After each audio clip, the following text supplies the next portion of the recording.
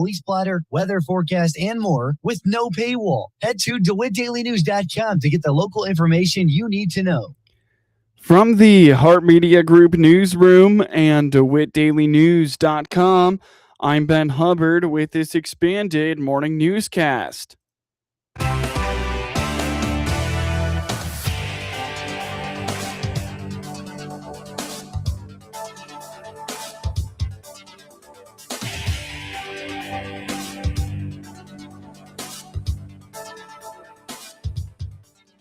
Good morning and thanks for being with us. I'm your host today, Ben Hubbard.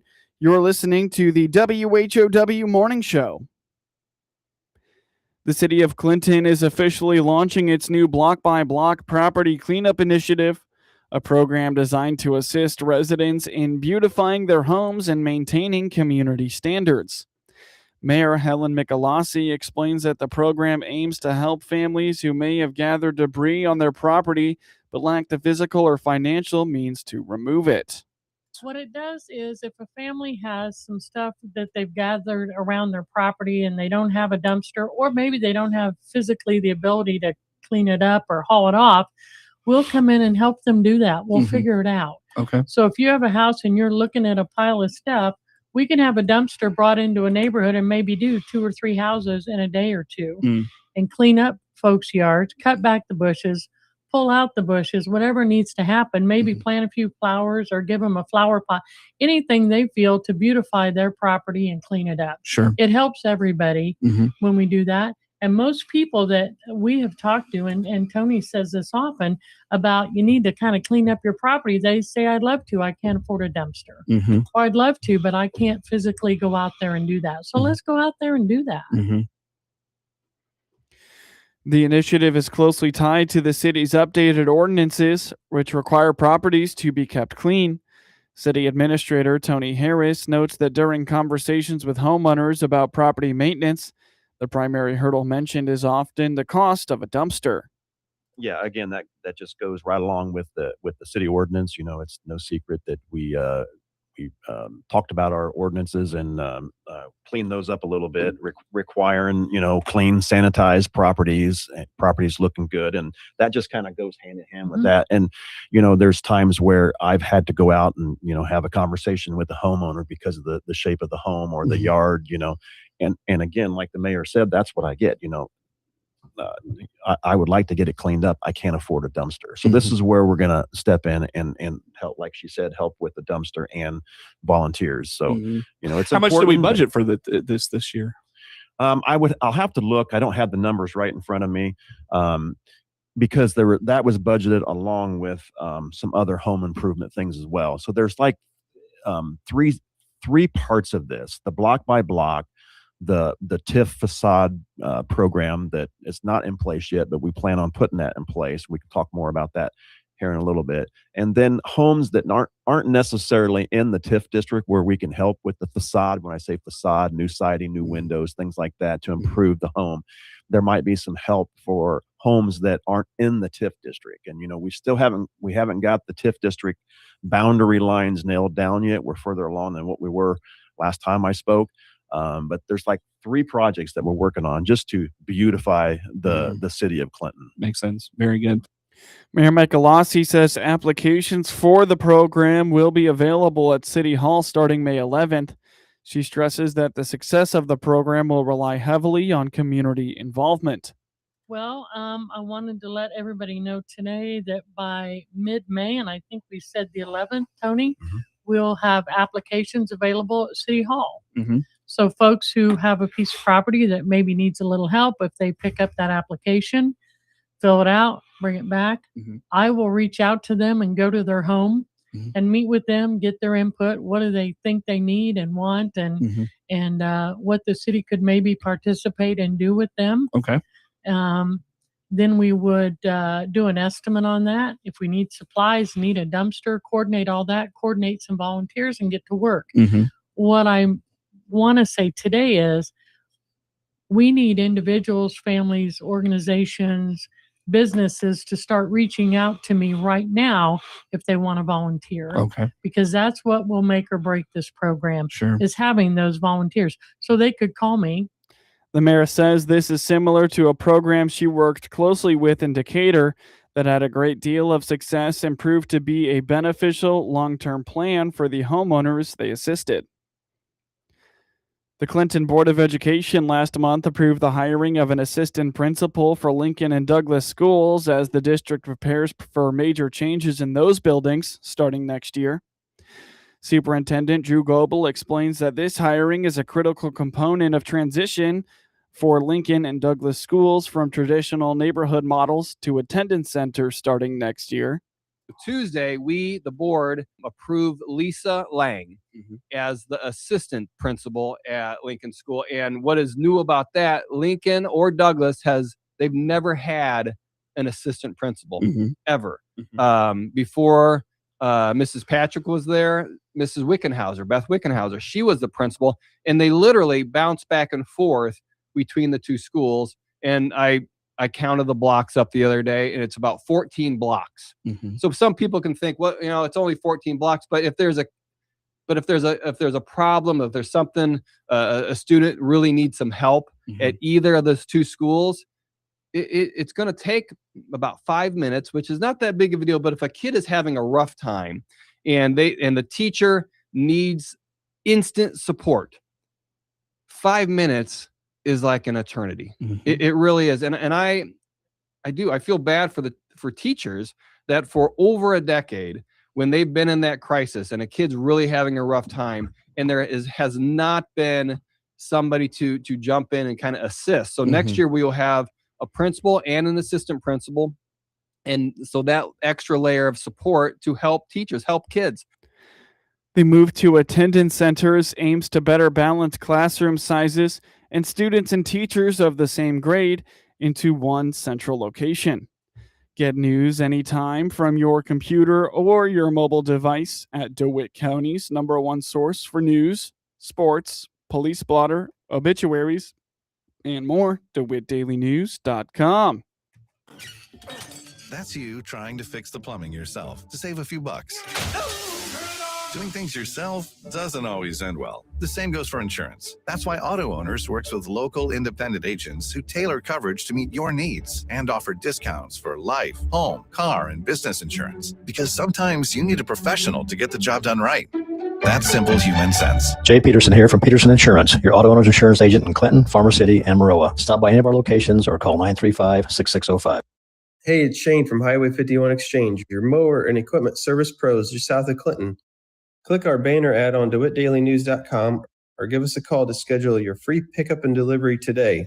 Highway 51 Exchange. Longview Community Bank is now open in Clinton, investing in rural Illinois. I'm Vice President Nate Sams. Stop by for a visit or to find out how we provide real local banking. Click our banner ad at the top of the local news page on DeWittDailyNews.com. From the Hart Media Group Sports Desk, IL Sports Wire, and DeWittDailyNews.com, I'm Ben Hubbard with this local sports report. The Illinois State baseball program captured the series sweep over Valparaiso with a 9-4 victory Sunday afternoon at Duffy Bass Field. Illinois State improves to 30-17 overall and 12-9 in Missouri Valley Conference play with the Senior Day win. Illinois State tallied its fifth consecutive game with a double-digit hit total after tallying 14 hits as 5 Redbirds recorded 2 or more hits in Sunday's victory. Michael Carano Jr. led the Redbirds offense with 3 hits in the victory to record his first back-to-back contests with 3 or more hits in his season debut with the Redbirds. Carano Jr. also added a pair of RBIs in the win to record his 8th multi-RBI performance of the campaign. Braden Bakes tallied his 26th multi-hit performance of the season with a pair of hits, including a double. Luke Stolga added a pair of hits to tally his 19th multi-hit game. Seniors Josh Outlaw and Nolan Berry each added a pair of hits and an RBI in the victory. The Redbirds took advantage in the home half of the first inning as Bakes doubled to left center to place a runner in scoring position in the opening moments of the frame. With a runner on, Carano Jr. delivered an RBI single to give the Redbirds a 1-0 advantage. After a scoreless second, the Beacons responded in the third with a pair of Redbirds errors, placing a runner into scoring position to set up an RBI single to even the score at 1-1. Despite the response from Valparaiso, Illinois State bounced back in the bottom of the third after a pair of walks and a single loaded the bases for the Redbirds. Illinois State capitalized on a throwing error from the Beacons to plate a run to reclaim the lead at 2-1. With the bases still loaded, Eric Machej delivered a sac fly to score another runner and push the Illinois State lead to 3-1. With two runners across in the frame, Barry added the Redbirds' third run of the frame with an RBI single to move it to 4-1. Following the Redbirds' three-run third, Valparaiso put a run back in the top of the fourth with a run scoring on a double to trim Illinois State's lead to 4-2. In the home half of the fourth, Illinois State's offense sparked again as Graham Mastros doubled to lead off the inning. Bakes followed Mastros' double with a single to place runners on the corners and set up an RBI single from Carano Jr. to give the Redbirds a 5-2 advantage. With a run across in the inning, Outlaw followed Carano Jr.'s effort with an RBI single of his own to move the score to 6-2. Moments later, Camden Karchewski rounded out the Redbirds' second consecutive three-run frame with a sac fly to give Illinois State the 7-2 lead. In the seventh, Valparaiso added a run to cut the deficit to 7-3 after a single frame and passed ball moved a runner into scoring position to set up an RBI double moments later in the frame. With the lead cut to 4, the Redbirds answered in the bottom half as back-to-back singles from Machej and Barry placed two runners on early in the inning. With a pair of base runners on, Peyton McHarg delivered a single to score 2 and give the Redbirds a 9-3 advantage late in the contest. Trailing in the closing moments of the game, the Beacons added a run on a ground out following a leadoff triple to move the score to 9-4. Despite the late run by Valparaiso, Tristan Rybarczyk struck out the final batter to secure the Illinois State victory. The Fighting Illini secured a 6-2 road victory over Iowa in the series finale on Sunday afternoon at Dwayne Banks Field. Aiden Flynn earned the first win of his collegiate career, while Michael Farina and Colin Jennings both hit home runs to fuel the Illinois offense. Flynn went 7 innings, his longest outing of the year, while allowing 1 hit and striking out 5. He posted 4 1-2-3 frames while he retired 11 consecutive batters between the third and sixth innings. Sam Mommer recorded the save, the first of his career, going 2 innings with 1 hit allowed and 3 strikeouts. At the plate, Jennings went 2 for 5 with 4 RBIs, including a 3-run homer that opened the scoring in the second inning. Farina's 4th home run of the season came on a solo shot in the third. A.J. Putty went 3 for 5 and scored twice, while Kyle Shupman tallied a 2 for 4 day while also reaching on a walk.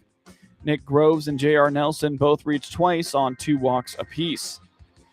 The Illini accounted for the game's first 4 runs via home runs from Farina and Jennings before the Hawkeyes cut into the deficit with a run in the third. After 4 straight innings of scoreless play, Iowa plated another in the 8th. In the top of the 9th, the Orange and Blue answered with 2 runs to add to their advantage. After scoring on a balk, the Illini scored their 6th run of the day on Jennings' 2-out RBI single. Mommer closed out the game with a 1-2-3 ninth inning to give the Illini their 10th conference triumph of the season. In a game heard on WHOW, Xander Bogaerts hit a go-ahead single in the 8th. Miguel Andujar and Manny Machado homered, and the San Diego Padres beat the Chicago White Sox 4-3 on Sunday to snap a 4-game skid. The White Sox win streak snapped at 5, but not without a fight. Derek Hill off the bench with a pinch hit, game-tying home run on Sunday afternoon. Well, there's a swing and a drive out into left center. It's back there. It is gone. He's tied the game. Derek Hill. But a swinging bunt in the bottom of the eighth proved to be the difference in the ball game as the Padres prevented a sweep for the good guys. The Sox head 95 miles north up the coast from Petco to Angel Stadium as the Sox reconvene with the Halos, the team the Sox just swept at Wright Field before starting this California road trip. I'm Jeff Meller, and I'll have your pregame coverage starting on Monday night at 8 p.m. on the ESPN 1000 Hard Rock Casino White Sox Network. The White Sox will be back in action on WHOW tonight when they take on the Los Angeles Angels. Pregame starts at 8 p.m. Get highlights of your local high school program by finding IL Sports Wire on your preferred social media platforms, and get local sports anytime at DeWittDailyNews.com. Whether your door leads to the farm, field, or shop, you can follow breaking ag news, markets, and weather updates 24 hours a day. It's now easier than ever. Enjoy our trusted news and information.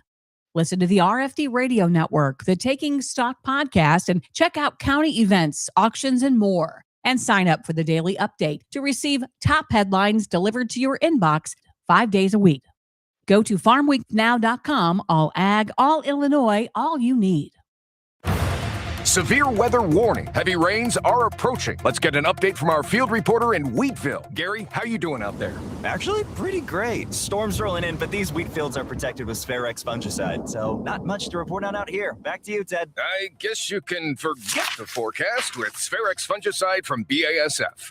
Let's go to commercial. Talk to your retailer about Spharex fungicide. It gives you powerful protection against FHB and Don vomitoxin, helping to defend your crop and profit potential. Always read and follow label directions. MR Systems Wireless is your local internet provider for Clinton and surrounding area. They have the products you want and the local service you deserve. MR Systems Wireless Internet service for home or business includes unlimited data, unlimited streaming, and unlimited calling. Plans start at just $48 a month and get a free Roku 4 lease with our media packages. Get the speed you need with MR Systems Wireless. Call them at 935-2100. That's 935-2100 for MR Systems Wireless.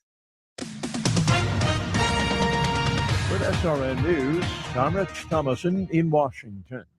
Nothing yet on a motive for a mass shooting last night near Oklahoma City. At least a dozen people sent to the hospital following gunfire at a party near Lake Arcadia in Edmond. A spokesman for Rudy Giuliani is asking for prayer for the former New York City mayor. The 81-year-old Giuliani, hospitalized in critical but stable condition in Florida. There's no word on what sent him to the hospital. President Trump launches a new initiative. It's called Project Freedom, aimed at helping ships to safely transit the Strait of Hormuz. The U.S. military is rejecting claims that Iran struck an American naval vessel. Iranian news agencies claimed Iran had hit the U.S. Navy ship southeast of the Strait of Hormuz. On Wall Street, the Dow futures are down 182 points. The NASDAQ futures now 8 points higher. More details, srnnews.com. Maybe this is you too. There's enormous frustration right now with healthcare costs. It is amazing. Healthcare costs for families in the last 20 years have almost tripled.